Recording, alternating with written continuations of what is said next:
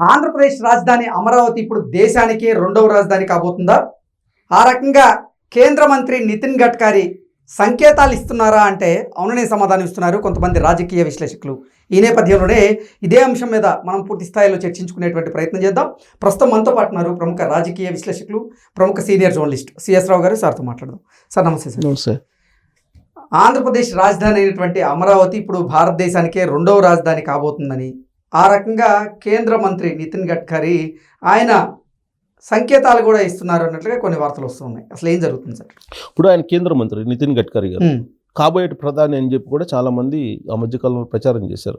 నరేంద్ర మోడీ గారు in case BJP parliamentary మార్గదర్శకాలు లేదంటే ఆర్ఎస్ఎస్ ఆనవాయితీగా అమలు చేస్తున్నటువంటి మార్గదర్శకాలని కనుక ఒబే చేస్తే సెప్టెంబర్లో నరేంద్ర మోడీ గారు ప్రధానమంత్రిగా వైదొలిగే అవకాశం ఉంది. ఆ ప్లేస్లో గడ్కరీ గారు వస్తారనేటువంటి ప్రచారం కూడా జరుగుతుంది. లేదా యోగి ఆదిత్యనాథ్, ఇలా రకరకాల పేర్లు వినిపిస్తున్నాయి. ఎందుకు చెప్తున్నానంటే ఇది కేంద్ర క్యాబినెట్లో ఉండేటువంటి మంత్రుల్లో గడ్కరీ గారు సీనియరు ప్లస్ రాజకీయ పరిణితి ఉంది. బీజేపీకి సంబంధించినటువంటి అన్ని విషయాలు ఆయనకి పూర్తి స్థాయిలో అవగాహన ఉంటాయి. అలాంటి ఆయన ముంబై, ఢిల్లీలో 3 రోజుల పాటు అనారోగ్య పాలు కావడం అనేది ఖాయం అని చెప్తున్నారు. ఇదే విషయం చెప్పారు. మీరు 3 రోజులు ఉండండి, మీరు కనుక అనారోగ్య పాలు కాకపోతే నన్ను అడగండి అని చెప్తున్నారు. దానికి కారణం ఏంటంటే పొల్యూషన్ విపరీతంగా పెరిగిపోయింది, రెడ్ జోన్లో ఉన్నాయి ఈ 2 అని చెప్పి చెప్తున్నారు. దానికంటే ముందు ఆయన ఒకసారి మాట్లాడుతూ నేను అసలు ఢిల్లీ రాను అని చెప్పాడు. ఢిల్లీ రావాలంటే నాకు భయం వేస్తుందని. అంటే ఢిల్లీ ఎంత ప్రమాదకర స్థాయిలో ఉందంటే ఆయన ఏం చెప్తున్నాడంటే ఈ రెడ్ జోన్లో ఉన్నట్టు ఢిల్లీలో ఉంటే మీ ఆయుష్ 10 సంవత్సరాలు తగ్గడం ఖాయం అని చెబుతున్నాడు ఆయన. 10 years తగ్గుతుంది మీ ఆయుష్ అని చెప్పి చెప్తున్నాడు. అంటే ఒక కేంద్ర మంత్రి ఢిల్లీ గురించి ఈ విధంగా చెప్తున్నాడు అని అంటే దాని అర్థం ఏంటి? పొల్యూషన్ తగ్గించాలంటే రాజధాని మార్చాలి, 2వ రాజధాని అని చెప్పి చాలా కాలంగా చెప్తున్నారు కదా. సో కాబట్టి సెకండ్ క్యాపిటల్ ఉండాల్సిందే అనేటువంటిది పరోక్షంగా ఆయన వినిపిస్తున్నాడు. ఓకే. ఆయన అప్పుడు ఏమన్నాడు, మన వర్షాకాల సమావేశాలప్పుడు ఇక్కడ సమావేశాలు పెట్టడం కన్నా మరో చాట పెట్టుకోవాలి, మనం ఇక్కడ సమావేశాలు పెట్టుకోవడానికి అనువైనటువంటి వాతావరణం లేదు అని చెప్పారు అప్పట్లోనే. అంటే ప్రత్యామ్నాయం మనం చూసుకోవాలి, కొన్ని సమావేశాలు మనం వర్షాకాల సమావేశాలు ఇక్కడ పొల్యూషన్ ఎక్కువ ఉండేటువంటి నెలల్లో మనం వేరే చోట మనం సమావేశాలు పెట్టుకోవాలి, పార్లమెంట్ సమావేశాలు అని చెప్పి గడ్కరీ గారు చెప్పారు. మొత్తం సంవత్సరంలో 12 నెలలు ఉంటే 12 నెలల్లో 8 నెలలు అసలు ఢిల్లీలో ఉండడానికే అర్హత లేనటువంటి ప్రాంతంగా ఉంది అని చెప్పాడు. సంవత్సరంలో 8 నెలలు అసలు ఉండలేనటువంటి పరిస్థితిలో ఉన్నాం, కాబట్టి వేరే చోట మనం పార్లమెంట్ సమావేశాలు పెట్టుకోవడం బెటరు అనేటువంటి అభిప్రాయాన్ని వ్యక్తం చేశారు. అంటే దాని అర్థం ఏంటి? దేశానికి 2వ క్యాపిటల్ కావాలి, ఆ 2వ క్యాపిటల్ ఎక్కడ పెడితే అక్కడ ఈ సమావేశాలు జరగాలి, ఇదే కదా. మరి ఎక్కడ పెట్టాలి? హైదరాబాద్లో పెట్టాలా, బెంగళూరులో పెట్టాలా, చెన్నైలో పెట్టాలా? ముంబై అవుట్. ముంబై ఆల్రెడీ తెలిసేసాడు ఆయన రెడ్ జోన్లో ఉంది అని. ఈ మధ్య కాలంలో హైదరాబాద్ గురించి ఏం చెప్పారు? పొల్యూషన్ కంట్రోల్ బోర్డు ఢిల్లీని మించిపోయిందని చెప్పారు పొల్యూషన్ ఒకనొక మూమెంట్లో కొన్ని ప్రాంతాల్లో. అంటే హైదరాబాద్లో కూడా పొల్యూషన్ ఎక్కువైపోయింది, ఉండడానికి అనువైనటువంటి ప్రాంతం కాదని చెప్పేసి పొల్యూషన్ కంట్రోల్ బోర్డే చెప్తుంది. బెంగళూరు అదే పరిస్థితిలో ఉంది, ట్రాఫిక్ తోటి పొల్యూషన్ తోటి కొట్టిపెట్టాడుతుంది.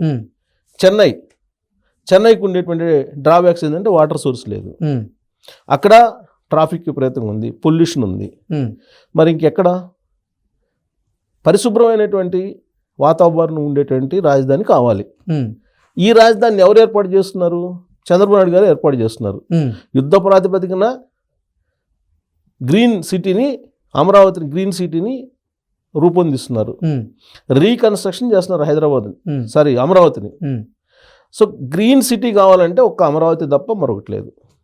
దేశ 2వ రాజధాని పొల్యూషన్ లేనటువంటిది కావాలని అంటే ఒకే ఒక ఆప్షన్ అమరావతి.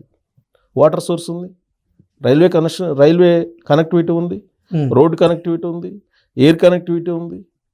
మరి అన్ని రకాల అర్హతలు దానికి ఉన్నాయి. ప్లస్ రాజధాని కొత్తగా నిర్మిస్తున్నారు ఇప్పుడు, దానికి అనువైనటువంటి ఫండ్స్కి గ్రీన్ సిగ్నల్ ఇచ్చేస్తుంది సెంట్రల్ ప్రభుత్వం, కేంద్ర ప్రభుత్వం. మీకు ఇన్ని ఫండ్స్ ఎందుకు ఇస్తుంది? అడగంగానే ఇచ్చేస్తుంది. అంటే ఎందుకు ఇస్తున్నట్టు మీరు ఆలోచించండి. మనం ఇప్పుడు వాళ్ళ దీని డిజైన్స్ ఇవన్నీ చూశారు కదా కేంద్ర ప్రభుత్వం. చూసిన తర్వాతనేగా వరల్డ్ బ్యాంకు సంబంధించినటువంటి నిధులకి అంగీకరించడం కానీ, లేదా ఏషియన్ డెవలప్మెంట్ బ్యాంకు సంబంధించిన నిధుల్ని అంగీకరించడం కానీ, గ్రీన్ సిగ్నల్ ఇవ్వటం కానీ, లేదా కేంద్ర ప్రభుత్వం నిధుల్ని సమకూర్చడం కానీ, ఇప్పుడు మళ్ళీ తాజాగా SBI అలాగే నేషనల్ బ్యాంకు ఆఫ్ ఇండియా ఒకటి వస్తుంది ముందుకి, 46,000 కోట్లు ఇవ్వడానికి ముందుకు వస్తుంది. అంటే కేంద్ర ప్రభుత్వం యొక్క సహకారం, కేంద్ర ప్రభుత్వం యొక్క సిగ్నల్స్, కేంద్ర ప్రభుత్వం యొక్క పాజిటివ్ సంకేతం లేకుండానే ఇన్ని ఫైనాన్షియల్ సంస్థలు అక్కడ రుణాలు ఇవ్వడానికి వస్తుందా? సమస్య లేదు.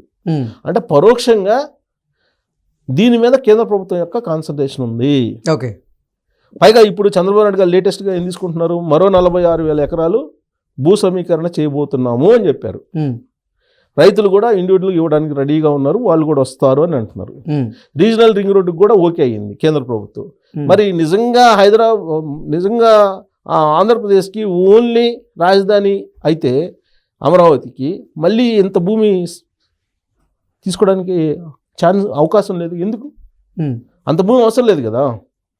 అంటే దేశ రెండో రాజధాని అమరావతి కోసం అటు కేంద్ర ప్రభుత్వం ఇటు రాష్ట్ర ప్రభుత్వం రెండూ కూడా ప్లాన్ చేస్తున్నాయి అని చెప్పి అర్థమవుతుంది. దానికి తగిన విధంగా గడ్కరీ ఇప్పుడు పరోక్ష సంకేతాలు ఇచ్చాడు. ప్రతిసారి ఆయన ఏం చెప్తుండే, పొల్యూషన్ ఉంది ఇక్కడ, మనం పార్లమెంట్ సమావేశాలు ఇక్కడ పెట్టడానికి లేదు, ఇదే చెప్తున్నాడు ఆయన. తర్వాత ఆయన కొన్ని పాయింట్స్ చెప్పాడు మాట్లాడుతూ. ఆయన చాలా అంటే అసలు ఒక కేంద్ర మంత్రిగా ఆయన 10 సంవత్సరాల పాటు ఆయుష్ తగ్గింది ఇక్కడ కనుకుంటే, 3 రోజులు కనుకుంటే అనారోగ్యం పాలు కావడం ఖాయం అని చెప్పి చెబుతున్నారంటే ఎంత డేంజర్లో ఉన్నట్టు ఢిల్లీ. ఇంకోటి ఏం చెబుతున్నాడంటే, రాబోయేటువంటి రోజుల్లో మౌలిక సదుపాయాల కల్పనకి, అభివృద్ధికి ప్రాధాన్యత ఇస్తాము, పర్యావరణానికి కూడా అంతే ప్రాధాన్యత ఇస్తాం. పర్యావరణం అనేది చాలా ఇంపార్టెంట్ అంటున్నాడు. అలాగే శిలాజ ఇంధనాల వినియోగాన్ని తగ్గించే ప్రయత్నం చేస్తామని అంటున్నారు. పెట్రోల్, డీజిల్, ఈ శిలాజ ఇంధనాలు వీటి కారణంగా కాలుష్యం వస్తుంది అని అంటున్నారు. సో వాటికి ప్రత్యామ్నాయ ఇంధనాలను వాడకం పెంచడానికి ప్రయత్నం చేస్తాం. ఏటా దాదాపు 22 లక్షల కోట్ల విలువైన శిలాజ ఇంధనాలు అంటే పెట్రోల్, డీజిల్కి ఖర్చు పెడుతున్నాం అంటున్నారు. దీనికి పరిష్కారం ఏంటి అని అంటే ఇథనాలు, ఎలక్ట్రిక్ వాహనాలు, గ్రీన్ హైడ్రోజన్, ఇవి ఎక్కువగా మీరు వాడాలని చెప్తున్నారు. అంటే వీటిని ఎక్కువగా వాడడానికి అనువైనటువంటి ప్రాంతంగా దేన్ని తయారు చేస్తున్నారు? అమరావతిని తయారు చేస్తున్నారు. Green city. అమరావతి పునర్నిర్మాణ పనులను ప్రారంభించడానికి మా ప్రధాని మోదీ గారు ఆంధ్రప్రదేశ్ పర్యటనకు రాబోతున్నారు. ఈ నేపథ్యంలో ఆయన ఈ అంశాన్ని ప్రస్తావించేటువంటి అవకాశం ఉందంటారు సార్? అంటే ఒకటేంటంటే ఆయన ఇప్పుడు ప్రస్తావించకపోయినప్పటికీ ఇప్పుడు ఆయనది ఈ బహుశా ఈ నెలలో ఉండదు అంటున్నారు. ఇప్పుడు లేటెస్ట్ న్యూస్ మేలో ఉంటుంది అని అంటున్నారు. ఎందుకంటే చంద్రబాబు నాయుడు గారు విదేశీ పర్యటనకి వెళ్తున్నారు. ఆయన బర్త్డే సందర్భంగా ఏప్రిల్ 20వ తారీఖున ఆయన బర్త్డే చంద్రబాబు నాయుడు గారిది. ఆయన కుటుంబ సమేతంగా విదేశాలకు వెళ్తున్నారు. అక్కడ బర్త్డే సెలబ్రేషన్స్ చేసుకోవడానికి. తిరిగి వచ్చిన తర్వాత అప్పుడు మళ్ళా నరేంద్ర మోడీ గారికి సంబంధించినటువంటి పర్యటన షెడ్యూల్ ఖరారు అయ్యే అవకాశం ఉంది. ఇప్పటి వరకు నాకు తెలిసినంత వరకు ఈ నెల మొత్తం కూడా బిజీ షెడ్యూల్లో ఉన్నారు ప్రధానమంత్రి నరేంద్ర మోడీ గారు. సో కాబట్టి మేలో ఇది ఫైనల్ అయ్యే అవకాశం ఉంది. చంద్రబాబు నాయుడు గారు తిరిగి వచ్చిన తర్వాత విదేశీ పర్యటనకి అప్పుడు ఇది ఫైనల్ అయ్యే అవకాశం ఉంది. ఆయన లాస్ట్ టైం వచ్చినప్పుడు ఏమిచ్చారు? భారతదేశంలో నదులు, అన్ని నదులకు సంబంధించిన నీళ్లు, అలాగే అన్ని ప్రాంతాలకు సంబంధించిన మట్టి తీసుకొచ్చి ఇచ్చారు. అంటే భారతదేశానికి సంబంధించినటువంటి ఒక క్యాపిటల్ అనేది ఆ రోజునే సంకేతాలు ఇచ్చారేమో అనిపిస్తుంది. అలాంటి ప్రస్తావన. ఇప్పుడు చాలా మంది మట్టి నీళ్ళు ఇచ్చారని చెప్పి ఆయన్ని కొంచెం కిడ్డింగ్ లాగా మాట్లాడారు. కానీ మరి ఏ రాజధానికి ఆయన తీసుకెళ్ళలేదుగా. మరి భారతదేశానికి సంబంధించినటువంటి అన్ని నదుల నీళ్లు అన్ని ప్రాంతాల మట్టి తీసుకొచ్చి ఇచ్చారని అంటే, ఢిల్లీకి సంబంధించి మట్టి తీసుకొచ్చి ఇచ్చారంటే ఆ రోజునే ఆయన బహుశా నేను అనుకోవడం దేశ సెకండ్ క్యాపిటల్ అనుకొని ఉండొచ్చు. తర్వాత రాజకీయ పరిణామాలు మారిపోయినాయి. చంద్రబాబు నాయుడు గారు, మోడీ గారు విభేదించుకున్నారు. తర్వాత పరిణామాలు మారిపోయినాయి, అది వేరే విషయం.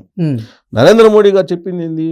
కలియుగ ప్రత్యక్ష వెంకటేశ్వర స్వామి సాక్షిగా మీకు ఢిల్లీ తరహా రాజధాని కట్టిస్తాను అని చెప్పారు. మరి ఢిల్లీ తరహా రాజధాని కట్టిస్తానంటే దాని అర్థం ఏంటి? దేశ రెండో క్యాపిటల్ ఢిల్లీ తరహాలో నిర్మించాలంటే కొత్త నగరం కావాలి. హైదరాబాద్, బెంగళూరు, చెన్నై, ముంబై అంటే కుదరదు.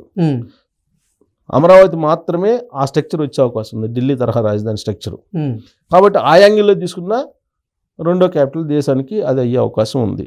ఇంకోటి ఏంటంటే ఇప్పుడు లేటెస్ట్గా అనౌన్స్ చేసిన దాని ప్రకారం వరల్డ్ పొల్యూషన్కి సంబంధించి హైయెస్ట్ భారతదేశంలో ఉందంట.